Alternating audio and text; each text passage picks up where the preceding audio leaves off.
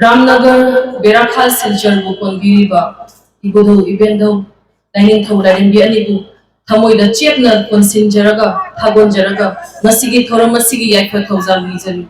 Nasi Ehanga Wahau Dokoina Kentakna Mayangi Mangda Matam Yamna Lozadana Tamzaramge Nasigi Toramasiga Mari Kazik Lane Adu Mera Pai Imasimi the Mata Kazikan Tamzaramge Asoyangam Yarbusumayana Napi Kali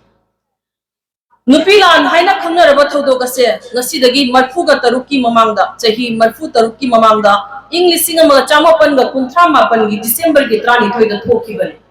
English singa chamapan ga kunthra mapan gi mamangda English singa champan ga mari dasu nupilan ahan ga thodo toki adubu matam aduda English singa champan ga kunthra mapan da thoki bani nupilan adudagi henadi kanna maka thoki bani natte Sahel ki residency mai tha ki badagi thoki ba thodo masa ma kapti ihau hau ki ba adu dagi madugi ihau madugi naupuri ba madugi ongduna laiba maichak ado English singa champan na kunthama pandadi maka phung na maizau hogna saklakhi thodo kasi malem gi khwaidagi sakti leraba loinam sandokpa British sarkar amadi matam dugi lengak loigi lalonba senjau paiba kamlup amana aikoi ireiba Manipur gi sel thugi lamda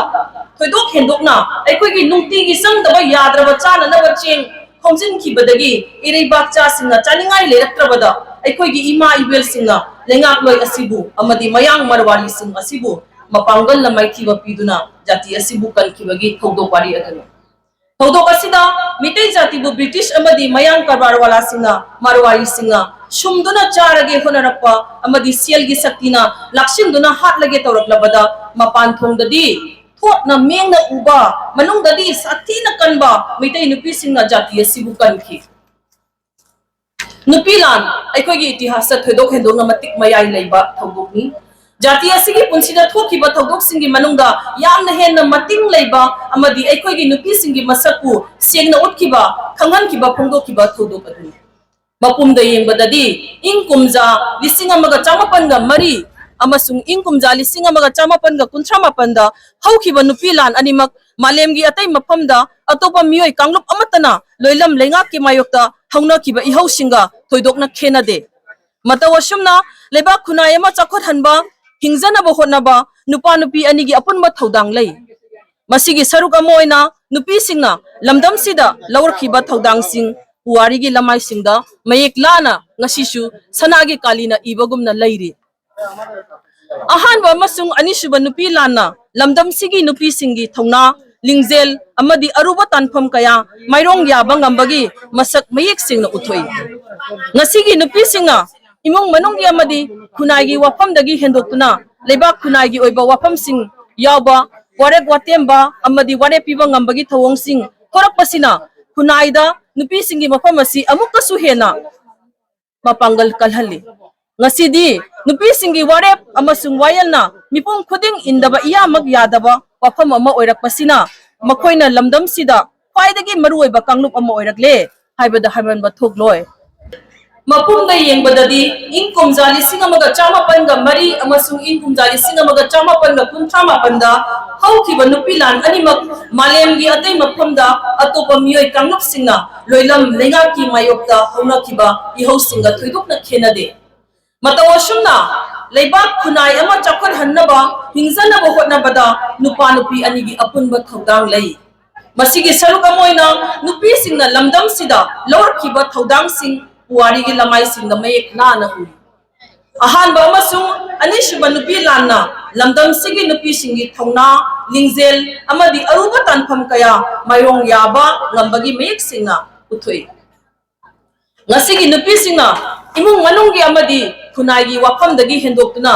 leibak khunai gi oba wafam sing yawba warak watemba amadi ware piba ngambagi thawong sing thorak pasina Khunai da nupi singi mafam ase amuk kasu hena kalhali ngasidi nupi singi warep amasung wayalna mipum khuding indaba iya mag yada wafam ama oirak pasina makoina lamdam sida khwaidagi maruoiba kanglup ama oirakle haibada haiman ba thokloi laikai da nupi singna maira paiduna maira paibi haiba nupi gi lup ama thorak pasina nupi singi thawna ase amuk kasu hena mayek senglakle amadi chesinna halle Appiko वफम दगिना लेबा खुनाई गी ओइबा वफम सिंगदा मैरा पाइबी सिंगना वायनबा अमदी अरोइबा वारे पीबा ngambagi authority ओइबा वफम फमफम अमा ngasiदी मणिपुर दा खक्ता नतना मपान मणिपुर दा तारिबा मेतै अमदी मणिपुरी सिंगना तारिबा लमदम लमदम खुंगंग खुंगंग सिंगदसु कया अमा संदोरकली लोइनाना असम के बराक तंपाक लमदम मसीदसु महौ मका फना होरक्पा उपाल मऊ ओइबना मसा मरेंग संदोरक्तुना ngasiदी all Assam Manipuri women Meira Paibi coordination committee central committee का कुशम नरगा बेराखाल खेलमा लमा रंगीर खाल अमसुंग तुको खुंगंग मंगा असिगी मैरा पाइबी लुप सिंगा बराक तंपाक तलेबा तोहान तोहान ब खुंगंग सिंदगी लेंगबीरक्पा इमा मैरा पाइबी लुप सिंगा कुशम नरगा अमत्त ओइबगी वाखलोंदा पांथोक चेरिबा असिनी खन्ना चैनबा उंखटनबा अमदी चयितनबा थौदोक वाथोक सिंग थोरकपदा सिपाई अमदी लानमी नद्रगा वायल लोइशंग सिंगदा चतुना वाकतनबगी महुत्ता मैरा पाइबी सिंगदा ओइना वाकतुना वायल चेराक पिहनबगी मोवंग अमा ngasiगी मतमगी खुनाय असिदा पाक्सनना चनरकले पुनमक असिना मैरा पाइबी खुनायदा अचौबा थौदांग यारिबा मसक थोकपा लेंद्रबा ऑर्गेनाइजेशन अमा ओइरकलबनी मियोय बगी हक फोंगाम नरकपा अमदी मतपीरकपगी मायोक्ता यानिंगदबा फोंदोक्तना मराल लेबा सिंगु चेराक पिहन मंगंबा मथौना मगुन लेबा कांगलुप हाइबदो ngasiगी मैरा पाइबी इमासिंग ओइररे मैरा पाइबी करम हौरखिबगे मैरा पाइबी हौरखिबगी अकंगनबा तारीख अमसुंग थागी मतंगदा मोट खेनबा लैरबसु लमदम सिदा मैरा पाइबी इहौ लाखिबसे इंग्लिश सिंगमगा चामापनगा मरफुदगिनी हाइबसिमदी अमतोइने यानरबो हमनी लोइनाना मतम अमदा निशाबंदी ओइना अचौबा थौदांग पाइरंबी नुपी सिंगदना लमदम सिदा लालहौबा नमथबगी मिंगदा भारत की लानमी सिंगदा मियोत मिनै मिहात मिपुन अकी तुजुंग नखिबा थवंग कया लेप्तना चथरकपा अबदी मदुगी मतुंग तारकपदा तंगदु लैतादबा फिबम पुंसी मरेल अमा लहेलखिबगी मायोक्ता हौरकपा इहौना युमफम अमदी वाखल लिक्लम ओइरगा मैरा पाइबी हाइबा मसक असे थोरखिबनी हाइबसिसु पुना मंगना यानरबो फमनी मैरा पाइबीसी नुपीनी इमानी नुपीना ममा उरुबा अमदी मखोयगी नुपासिंग मचासिंग लानमीसिंगी सिपाइसिंगी मियोत मिनेगी चैथेंग लेप्तना फुंजिलक्पदगी मायोक्ता लैबा मैरा पाइबी थोरक्खिबगी मरमनी लोइनाना अकी तुजुंगबा लैतना तंगदु लैताबा पुंसी मरेलमा हिंजनबगी मैरा पाइबी थोरक्पगी मरुओइबा मरम अमसुनी राजनीति की अमदे लेंगाक लोनगी ओइबा वाफमना मपुंग ओइबा मरम ओइदना मैरा पाइबी इमासिंग थोरक्खिबा नत्ते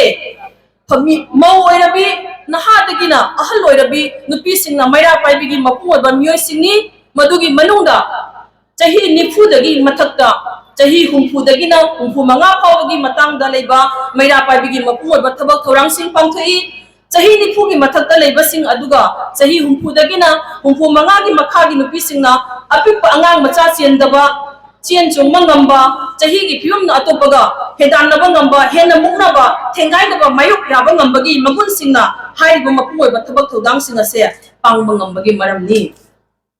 इंग्लिश सिंग अमगा चामपनगा मरफुदगी ngasi फावदा लाक्लिबा मैरा पाइबीगी इहौ सिंग मणिपुर की काचिन कया खुदिंग मपुंग ओइना तंपाकी लमदम कया नतना मणिपुरी सिंगना खुंदारिबा असमगी मफम कयादसु पाक्सनना संदोखरे लमलमगी लेकाई लेकाई की थाक्तगी मणिपुरी स्टेट की थाक फावगी अमदी भारत की नेशनल लेवल फावगी मैरा पाइबी लुपसिंग थोरखरे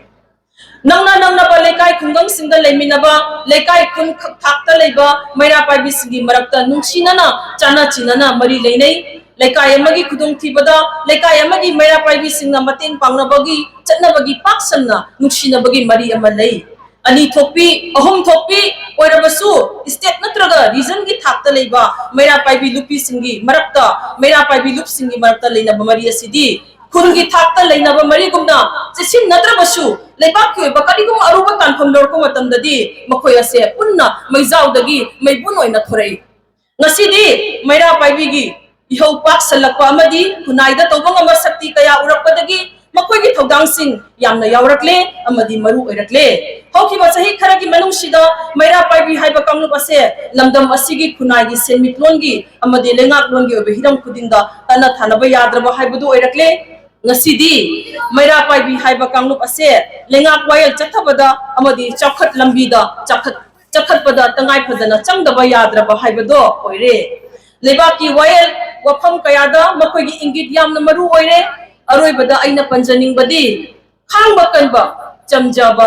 खंगजदबा amadi larik laisugi mangal ningthi na haijadrabasu kudong madugi like laisu haite like laisu yauna mangal phangjadi habigi kudong chaba loduna maira paibi singbu lan lamjingba sijina ning mamong da siji baba khulai natraga pambayo na si na biba leitrabadi maira paibi singa se malemgi puwari gi lamai da hena mek sing na mangal thoklam badabane mibu nungsiba amadi mama nupi oibagi gunduna maira paibi singi wakhal mitengbu lana chadhanbagi masak ohenbagi mahota achum chumda apha phata khangna khanthaba ngambagi gun singna leitengbi ima maira paibi sing oirabadi phurup khudingna tawjaningai oibi maira paibi haiba lengdraba kanglup ama oihoragani puno puthagachen Khakari